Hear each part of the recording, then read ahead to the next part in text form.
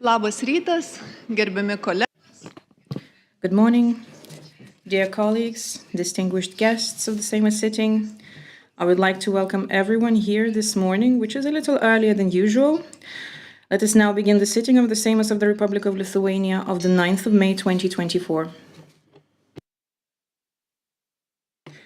Dear colleagues, the 9th of May is a very special day for both Lithuania and the European Union.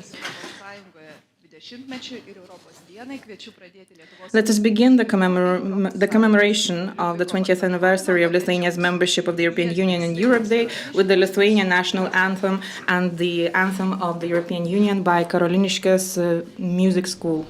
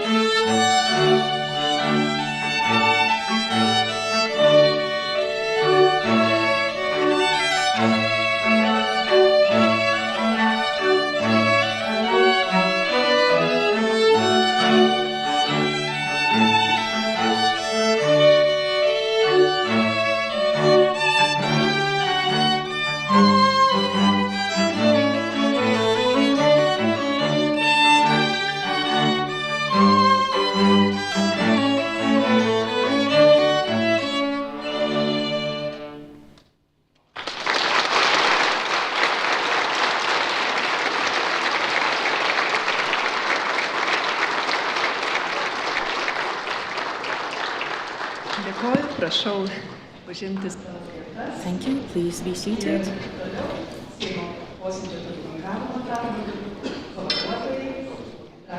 I would now like to pass the chairing of the sitting to Ms. Radvilė Morkūnaitė-Mikulėnienė, Chair of the Seimas Committee on European Affairs. Good morning, ladies and gentlemen. I would now like to give the floor to Ms. Viktorija Čmilytė-Nilsen, Speaker of the Seimas.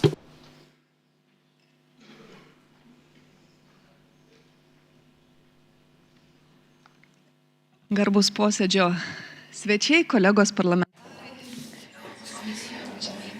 Honorable guests, fellow members of the Parliament, today we have gathered here to mark two important occasions, the 20th anniversary of Lithuania's membership of the European Union and Europe Day. I would like to express my gratitude to the President of the European Commission, Ms. Ursula von der Leyen, who has paid a tribute to the Seimas of the Republic of Lithuania by her presence with us today.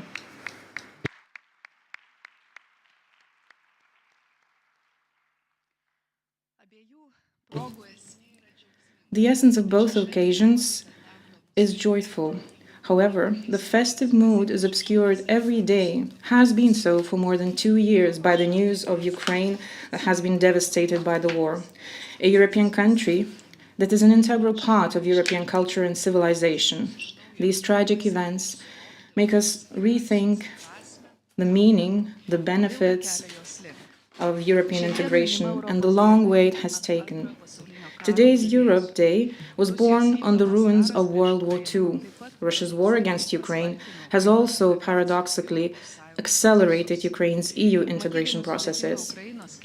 Seeing Ukraine's difficult road towards Europe, we are also reminded of Lithuania's path towards European integration. And Lithuania did not have the opportunity to participate in the early stages of European integration. When on the 9th of May 1950, Robert Schuman invited European countries to join forces in building a safe and prosperous Europe, partisan shots were echoed in Lithuania's forests, while people were being deported to Siberia. Something similar to what Ukraine is experiencing today. As we commemorate the 20th anniversary of Lithuania's membership of the European Union and celebrate Europe Day, we are once again bearing Ukraine in our hearts and in our minds. The Seimas of the Republic of Lithuania was among the first European member states to clearly, unequivocally support Ukraine's membership of the EU. We support the historic decision by the European heads of state and government last December to start negotiations on the accession of Ukraine and Moldova to the EU. Taking the opportunity, I would like to encourage the European Commission to start the negotiations this June. Ladies and gentlemen, Lithuania celebrates Europe Day as a full member of the EU for the 20th time. On this occasion, it is worthwhile looking back into the history and evaluating the path that has been taken and appreciate our achievements. I would like to express my gratitude to all the people of Lithuania, as well as the members of the Seimas, the political forces, for making sure that our European and Euro-Atlantic direction and our aspirations were the result of a broad political consensus. In the current context, we see how far-sighted our choice was to opt for European and NATO integration. For it was not of the membership of these two communities. It is very likely that instead of a confident state looking forward for the future, today we would find ourselves in a gray zone with all the deriving consequences and threats. On the other hand, this does not mean that we should feel confident about our future. The European itself is going through a period of deep change. In the last two cycles of the European Parliament alone, the EU has addressed the challenges of migration, Brexit, the rise of populism, climate change, the change of global economic challenges, And finally, we have all experienced the challenges of the COVID-19 pandemic, which has shaken every foundation of the European project. We have seen how quickly countries tend to close and limit some of the most important European achievements, those of the freedom of movement in the face of uncertainty. But we can only meet the challenges in Europe together, and I hope this will be the main leitmotif of the election campaign to the European Parliament. The EU has always left stronger from those crises, and I hope that this will continue in the future. I stand for Lithuania in a strong European Union, a European Union whose foundations are not only declared but also being defended. I am certain that this is also the guarantor of a safe and prosperous Lithuania that is looking forward to the future with confidence.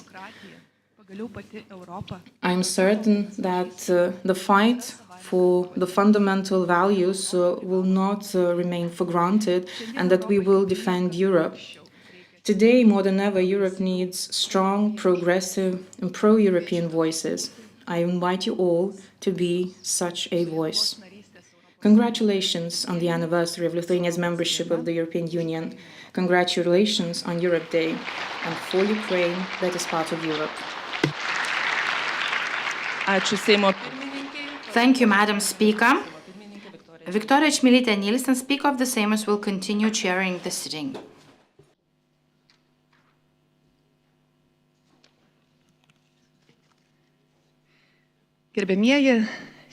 Ladies and gentlemen, on this festive occasion for Lithuania and the European Union as a whole, marking this outstanding anniversary, it is a privilege to welcome the President of the European Commission, Ursula von der Leyen, who has joined us today in the celebration. Madam President, please take the floor.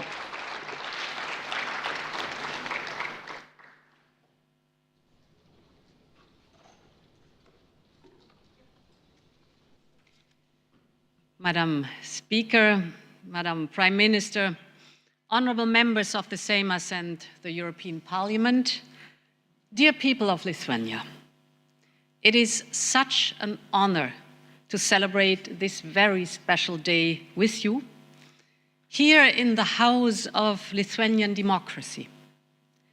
This is a place where you said no to occupation.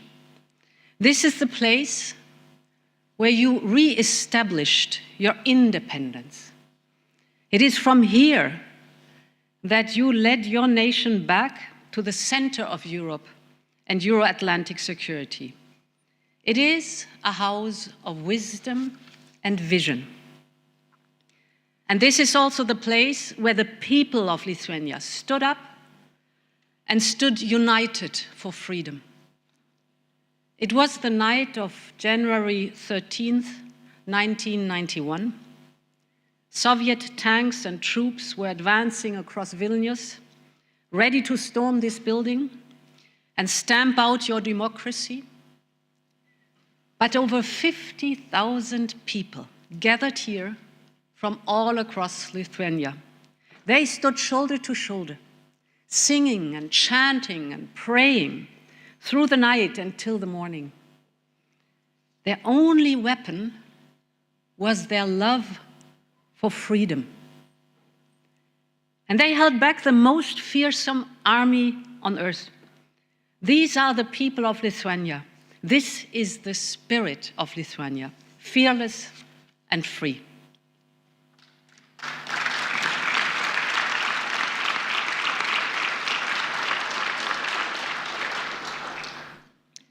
And then, just over a decade later, it was once again the people who moved the country forward.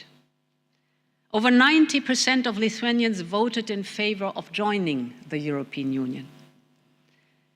And that choice has transformed not only your country, but all of Europe. Because with your accession, our union went back to its roots. Your history of resistance has made the Lithuanian nation unique. Unique in your love for freedom, unique in your support to other freedom-loving nations, unique in your aversion to any form of coercion. And since you joined, you reminded us what the European project has always been about. It is about our continent's path towards freedom. It is the story of democracies, young and old, getting stronger together. So Europe Day is for you. Today we celebrate the people who build our union and those who keep building it every day. Today we celebrate you, my dear Lithuanian friends, and all Europeans who bring our values to life. So thank you, Lithuania. Labai ačiū.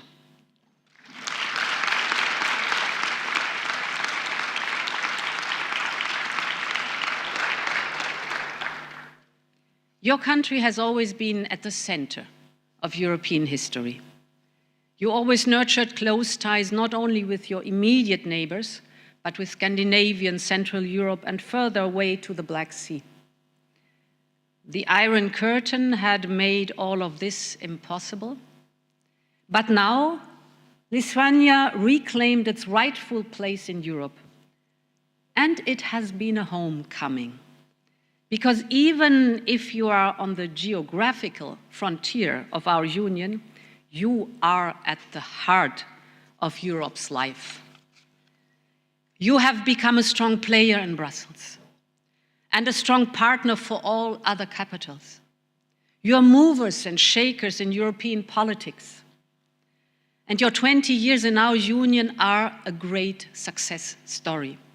A European success story and a Lithuanian success story. Because you have made it happen with your vision and with your dreams. This is a country of innovators and entrepreneurs. And your talent is now recognized across the continent. Your startups have expanded well beyond your borders and conquered European markets. Your capital, Vilnius, is a growing tech hub which attracts people and investments from abroad. Your art, your literature, your opera has taken center stage all across Europe. And as a result, your GDP has jumped from 50% of EU average to almost 90%. So Lithuania has grown faster than any other new member state of our union. You have made the most out of our single market, but you have also shown that Europe is much more than an economic area for you. It is a family that travels together towards freedom. In these years, Lithuania has constantly shown solidarity to the rest of Europe. For instance, you were the very first to share vaccines with our neighbors in the Eastern Partnership. And you have always been ready to fight not only for your freedom, but for that of all Europeans. You have been staunch supporters of Ukraine's sovereignty and independence, already since the Orange Revolution and Maidan. And since the full-scale invasion has begun in 2022, your solidarity has been astonishing. And there is one story above all that shows how much you care for Ukraine's fight for freedom. It is the story of a Lithuanian journalist called Konstantin Gudauskas. He was in the Kyiv regions on the first days of the invasion when Russian troops arrived. Thanks to his dual nationality, Lithuanian and Kazakh, he was allowed to move out of Russian-occupied territory. But he did not flee. Instead, he decided to travel back and forth with his car, risking his own life to save as many people as possible. He defied Russian bombs and checkpoints and he brought to safety over 200 Ukrainian civilians. And now they call him the Angel of Bucha. His story is one of unbelievable bravery, but there are so many other acts of solidarity by the people of Lithuania for their Ukrainian friends. You opened your homes and your hearts to thousands of refugees. You gave them full access to your economy. You crowdfunded to buy drones and radars for the Ukrainian armed forces. And in proportion to the GDP, Lithuania is one of the largest donors to Ukraine in the whole world. This is amazing, and you can be so proud of it.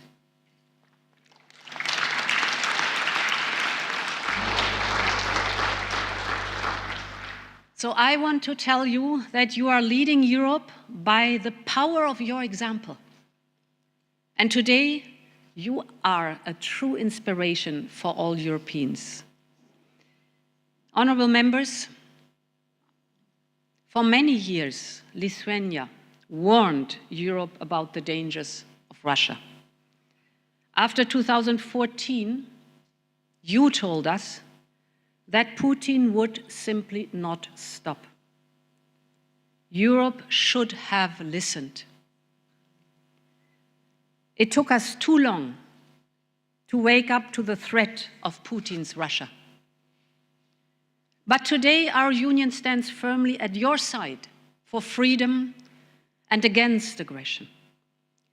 When you decided to break free from Russia's energy blackmail, our union stepped in with unprecedented funding for clean energy, storage, and interconnectors. It was here that I came to Lithuania together with Jens Stoltenberg when Belarus tried to destabilize you with a hybrid attack. Those were difficult months.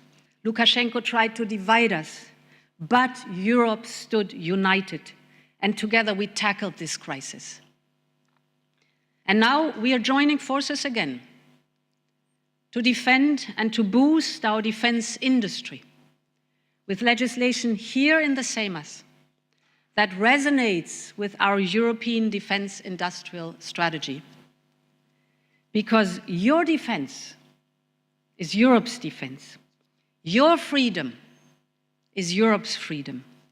Today, more than ever, Lithuania can count on Europe, just like Europe knows that we can count on you. Honorable members, dear friends, this year also marks the 35th anniversary of the Baltic Way.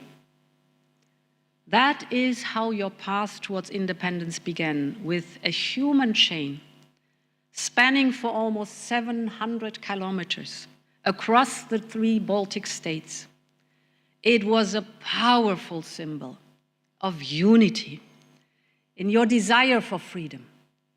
And it still is a powerful symbol today.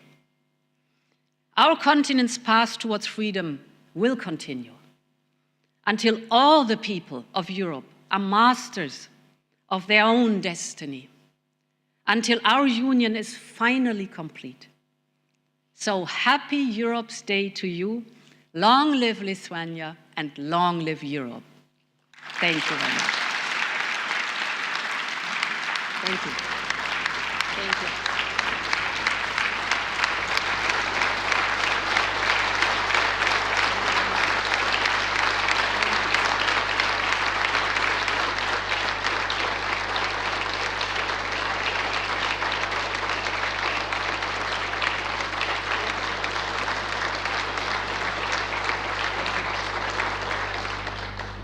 Thank you, Madam President, for your truly inspirational words.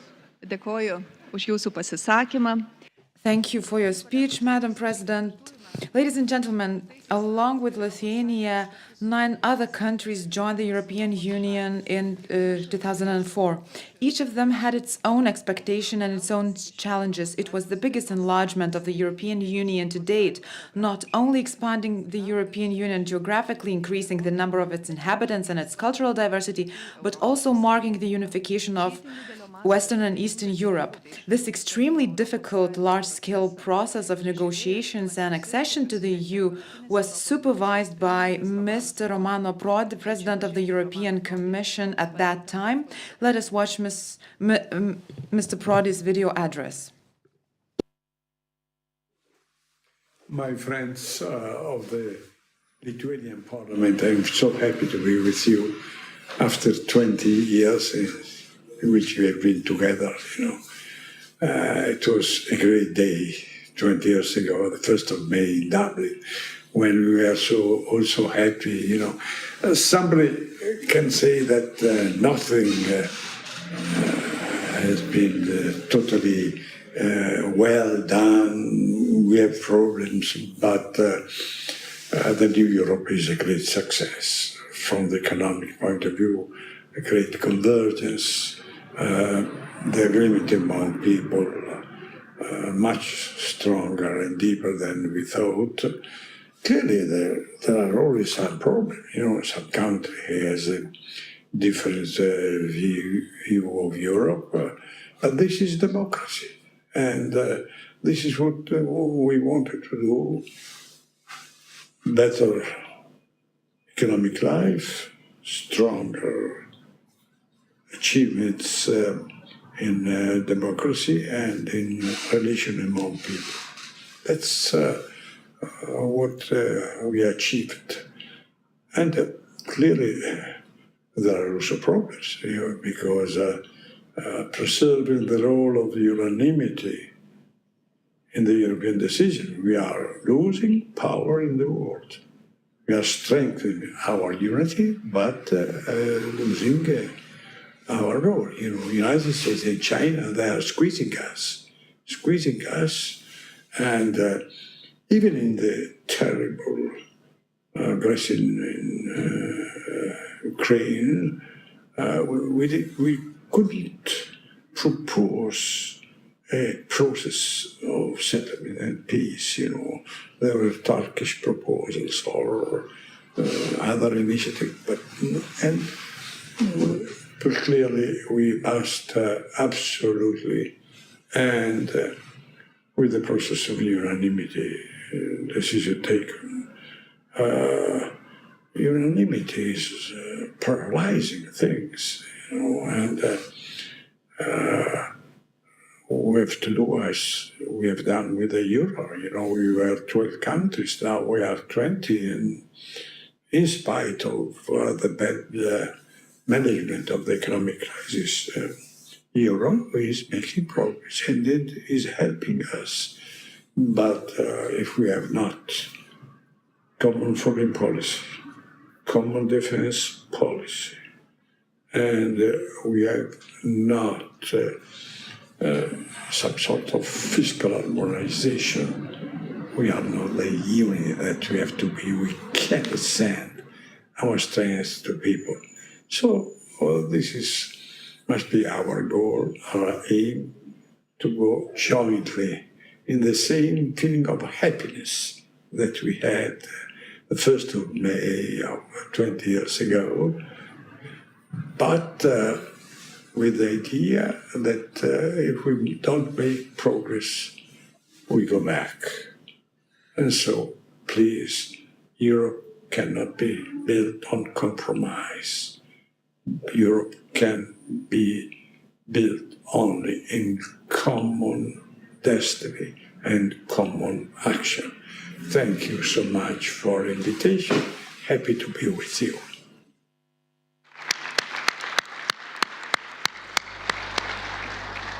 Dėkojame buvusiam Europos Komisijos pirmininkui Romanui Prodi. I thank Mr. Prodi. And now I would like to give the floor to Radvilė Morkūnaitė Mikulėnienė, Deputy Speaker of the Seime and Chair of the Committee on European Affairs. Europos Komisijos Pirmininkė Ursulos von der Leyen. Kai 90-aisiais Madam President of the European Commission,